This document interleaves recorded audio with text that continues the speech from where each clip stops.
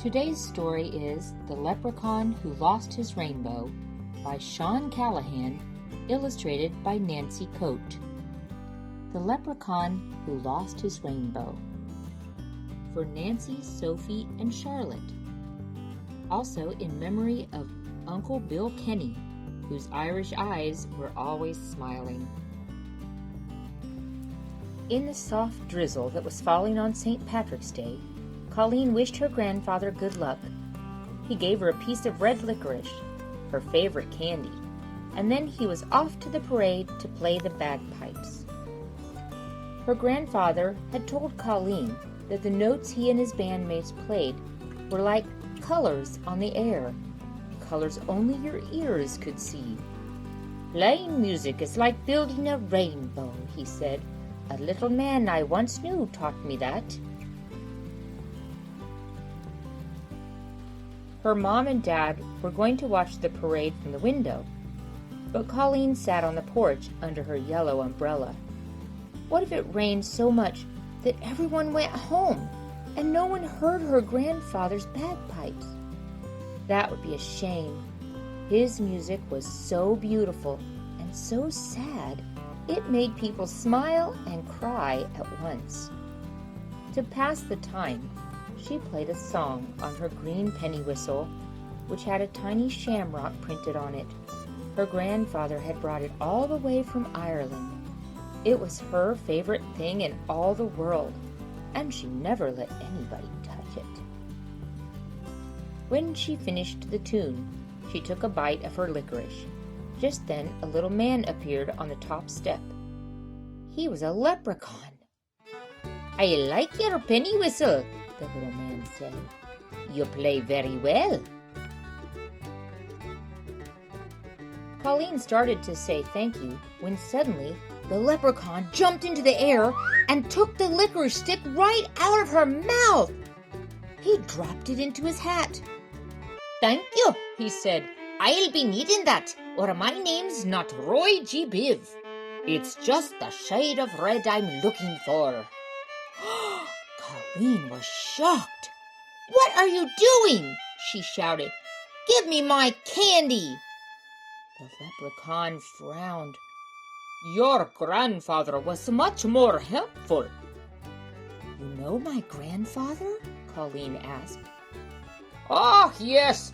We created a rainbow together back when he was a boy," Mr. Biv explained. Colleen was puzzled. Could this be the little man her grandfather talked about? Mr. Biv looked glum. "I've lost me rainbow again, and me gold is at the end of it. To be a leprechaun in good standing, I must have gold, so I need someone's help to build a rainbow." He paused. "That someone is you." Colleen frowned. Leprechauns are tricky. Everyone knew that.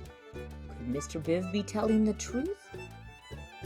"Let me show you something," the leprechaun said. "Spin round with the hat and watch what happens." She twirled around, holding the hat.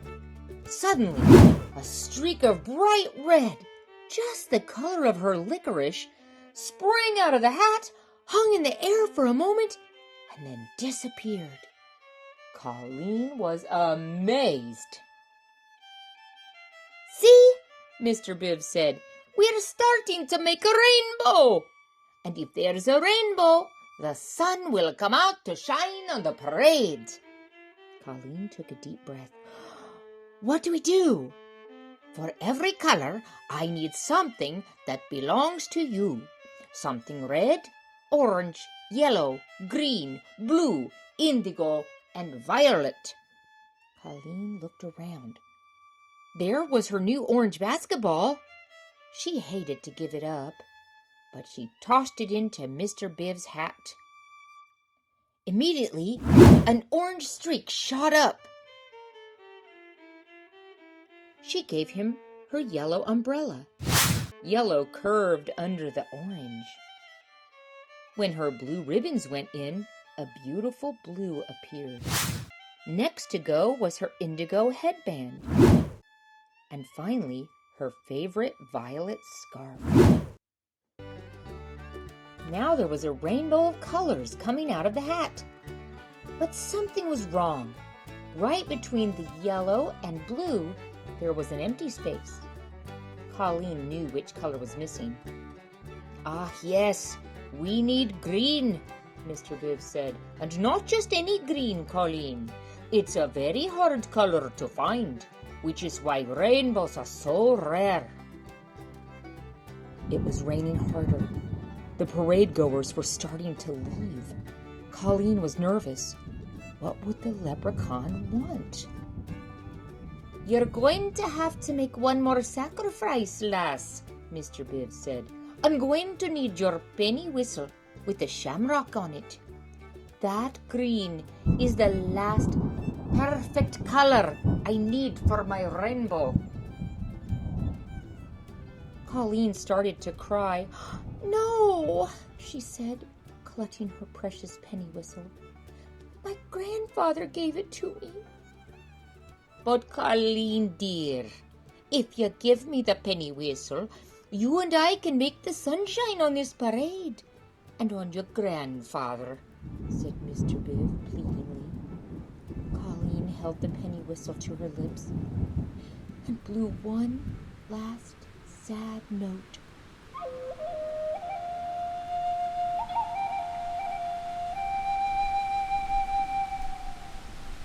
She paused and then dropped the penny whistle into the leprechaun's hat.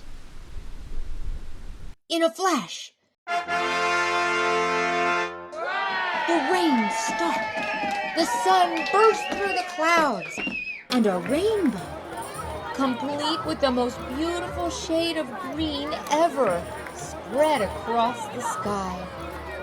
The parade goers gazed up in wonder, and Colleen's grandfather began to play the bagpipes.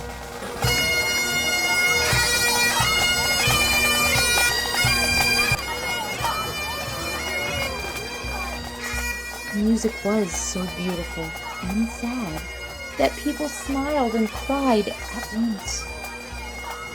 Nobody noticed that a pot of gold had appeared at the end of the rainbow, right on Colleen's front lawn. Roy G. Biv dug his hand into the pot of gold and pulled out a flute that looked just like Colleen's penny whistle. But it wasn't a toy flute. Oh, it was a real one made of silver.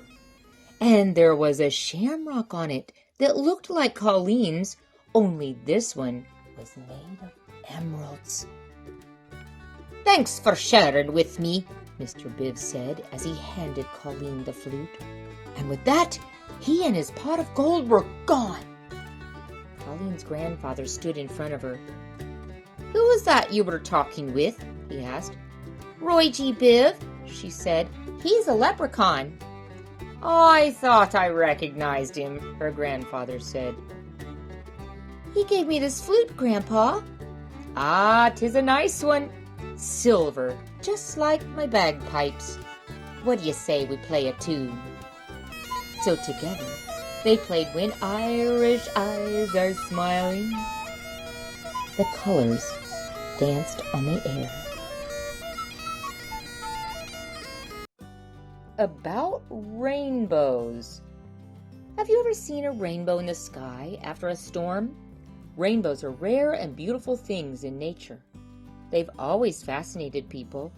In the Bible, there's a rainbow in the story of Noah and the Great Flood. In that story, the rainbow appears after the flood as a symbol of God's love. In Irish folklore, leprechauns hide a pot of gold at the end of the rainbow. And in The Wizard of Oz, a magical land exists over the rainbow. While storytellers have loved rainbows, scientists have studied them too. Rainbows appear when sunlight passes through tiny drops of water in the air. Rainbows also appear for the same reason in soap bubbles and the sprinkler spray on your lawn. Light looks colorless, but it is actually made up of many colors. When light passes through water, it is refracted, which means it is broken down into its basic colors. These 7 basic colors always appear in the same order: red, orange, yellow, green, blue, indigo, and violet. To help people remember the colors in the right order, a name was invented using the initials of the colors: Roy G. Biv. These days, however, some scientists say that there are only 6 colors in the rainbow because indigo is now thought to be just another shade of blue. Roy G. Biv. It doesn't have the same magical ring that a rainbow deserves, does it?